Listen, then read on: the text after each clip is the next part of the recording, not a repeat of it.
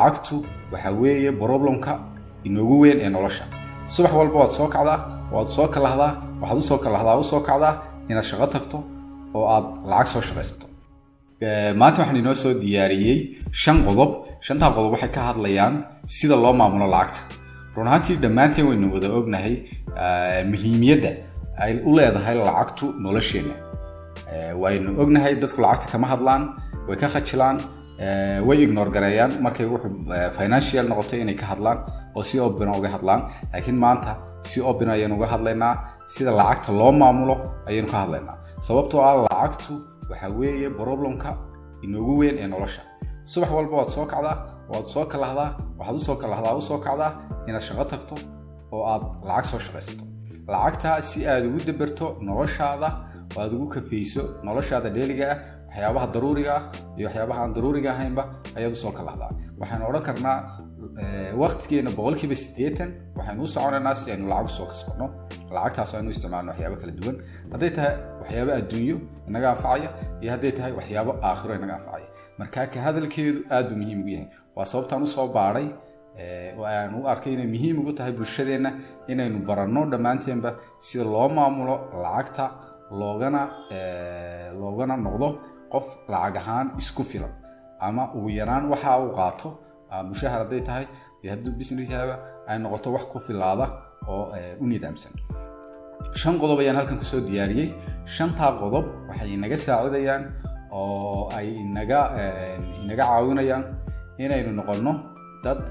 maaliyad ahaan ama financially stable qof aan ku jirin crisis financial crisis oo wuxuu qaato iyo wuxuu kharash gareeyaa isla kaadaan ama wuxuu qaato iyo wuxuu kharash gareeyo ay bataan wuxuu qaato oo kharashkiisu yaraado 5 qodob waxa ugu horeeya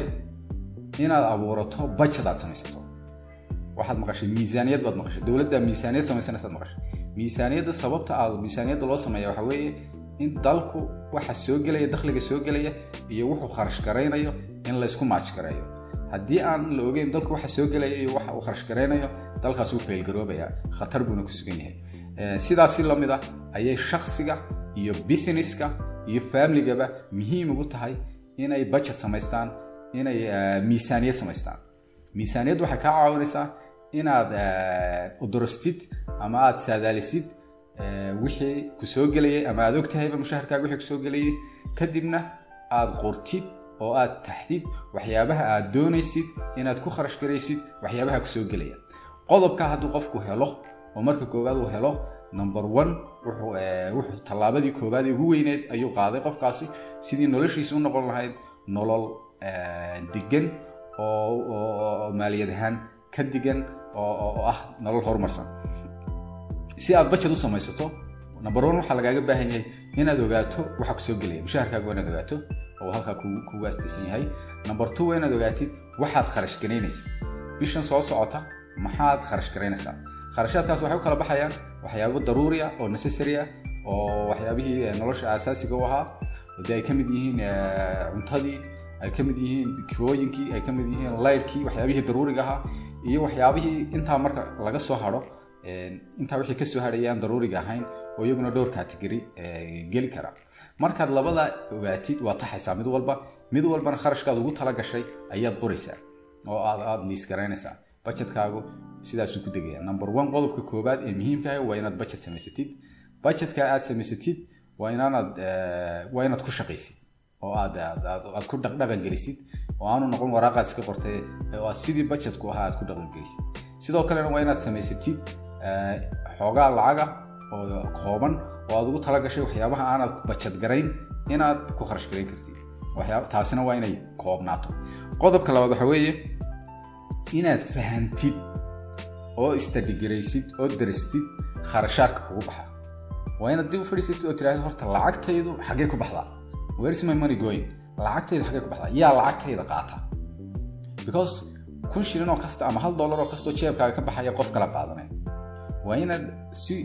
xigmadaysan oo wisely u fikirtid oo dib u baadhid saadkaaga dib u baadhid dahabkaaga dib u baadhid bank account-kaaga dib u baadhid aad tiraahid lacagtaydu xagee tegaysaa waa inaad ugu yaraan bishii ugu dambeysay ama labadii bilood ugu dambeeyay dib u baadhid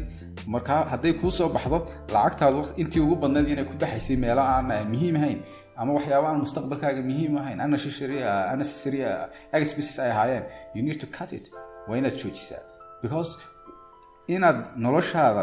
maaliyadeeda aad iminka ka shaqeyso aad iminka bilowdaa waxay wax kaa taraysaa mustaqbalkaaga haddaad wixii iminka kusoo geliyay intaad dhalinyarada tahay ama intaad iminka shaqaysanaysid ee waqtigu kuu fiican yahay aad habaysan kari weydid oo aad dhaqaalaysan kari weydid oo aad maamulan kari weydid hadhow marka waqtigu xumaado ama aad gabowdo ama shaqooyinku aad sidan aad iminka u shaqaysanayso aad u shaqaan weydo waad ka qoomayn doontaa marka iminka intay goorgoor tahay waa inaad buugii qalin qaadato waa inaad budgetkaaga iyo expenseskaga saa isu barbardhigtid waa inaad ogaatid meesha lacagtaadu aadayso waa inaad ogaatid lacagtaa iyadu ma meel muhiimay ku baxaysaa mise waxyaabaa necessary bay ku baxaysaa understand your expense taasina waa qodobka labaad marka hadday kuu soo baxdo kharashaadkaagu inay waxyaabo ka soo qaad $1 qaadatid oo 400 oo kamid ay ku baxayaan waxyaabo aan muhiim ahayn oo ay noqoto inaad habeen walba hodhal ka soo cashayso ama aad meelo waxyaabo unnecessary cost you name it aad wad garanaysaa ay waxa ku baxayaan you need to cut that waa inaad jartid waa inaad off garaysid oo aad ku soo koobtid naftaada discipline garaysid bishii markaad shaqaysatid wixii muhiimka ahaa bixisid u ogolo naftaadana waa caadi aad waxyaabo aad qabsato luxury laakiin waxyaabo excessive ka ah waa iska cut garaysid ta saddexaad waxa weeye inaad fahantid income-kaaga you need to understand your income lacagta soo gelaysaa waa imisay laag tahay xaggee iga soo gelaysaa way iyadana waa inaad fahantid ku budget garaysan tahay lacagta ku soo gelaysaa hadday business ka soo gelayso waa inaad predict garaysid oo aad saadaalisid waxa ku soo gelaya iyo sida ku soo gelayaan haddaad shaqaysid qof markuu shaqeeyo waa iska caddahay qof mushaarkiisa inta badan uu ogyahay saddex xaaladood baa ku soo baxaya markaad study garaysid income-kaaga inay break even noqoto oo wixii aad kharash garaysay iyo wixii ku soo gelayay isleekaadaan ay iskoosato 0 in wixii ka baxayay ka bataan wixii ku soo gelayay iyo in wixii ku soo gelayay ka bataan waxaad kharash garaysay marka saddexda mid waa okay oo waa break even laakiin khatartii baad ku suganto waxa dhici karta ama inaad negative gashay ta kale waa dangerous oo wixii ku soo gelayay wax ka badan ayaad kharash garaysay that means deema kala soo qaatay ama cid kala saxaaday ama wixii baa kugu filaan waayay macnawiyan soo gelayay oo wax ka badan ayaad kharash garaysay saddexaad ugu fiican waxa weeye in wixii ku soo gelayay ay ka bataan waxaad kharash garaysay that means waxa tahay qof financially literacy wax ka fahansan oo wixii soo gelayay wixii muhiimka ah intuu kharash gareeyay wixii si kalena saving dhigtay ama meel ku haboon gashaday qodobkaasna waa qodobka saddexaad qodobka afraad waxa weeye inaad samaysato emergency fund wax loo yaqaano oo micnihiisu noqonayo xaaladaha degdega ah ee sida caafimaadka oo kamid yahay ay kamid tahay gaariga shaqada ku tagtaa ama ku shaqaysataa hadduu ka xumaado ama ka jabo haddii qof wax ku dhacaan waa inaad haysatid emergency fund ama account aad xoogaa ku shubtid waxa siiyay badan dadka account markay maqlaxmad in lacag weyn ugu shubo $10 baad ku shubi kartaa $5 baad ku shubi wixii adiga ka go'aya ayaad hadda ku shubanaysaa taas waxay ka caawinaysaa maalin haddii qof xanuunsado halkaad ama bisha ka sugi lahayd ama qof amaahan lahayd inaad lacagtii yareed aad dhigatay aad hawshii iskaga dibarto waa qodob aad u muhiim ah emergency fund oo aad u muhiim ah inaad noloshaada ay noqoto qof financially ama maaliyad ahaan isku filan qodobka shanaad ee ugu dambeeya waa qodob aad u muhiim ah waxa weeyaan saving inaad saving samayso percentage kamid ah wixii ku soo gala waa inaad meel dhigto aad saving samaysatid savingkaas wuxuu ka caawinayaa inay mustaqbalka aanad mar walba ku xidhnaan in aad mushahar ku xidhnaane aad adigu wax samaysan karto ganacsi ku darsan kartid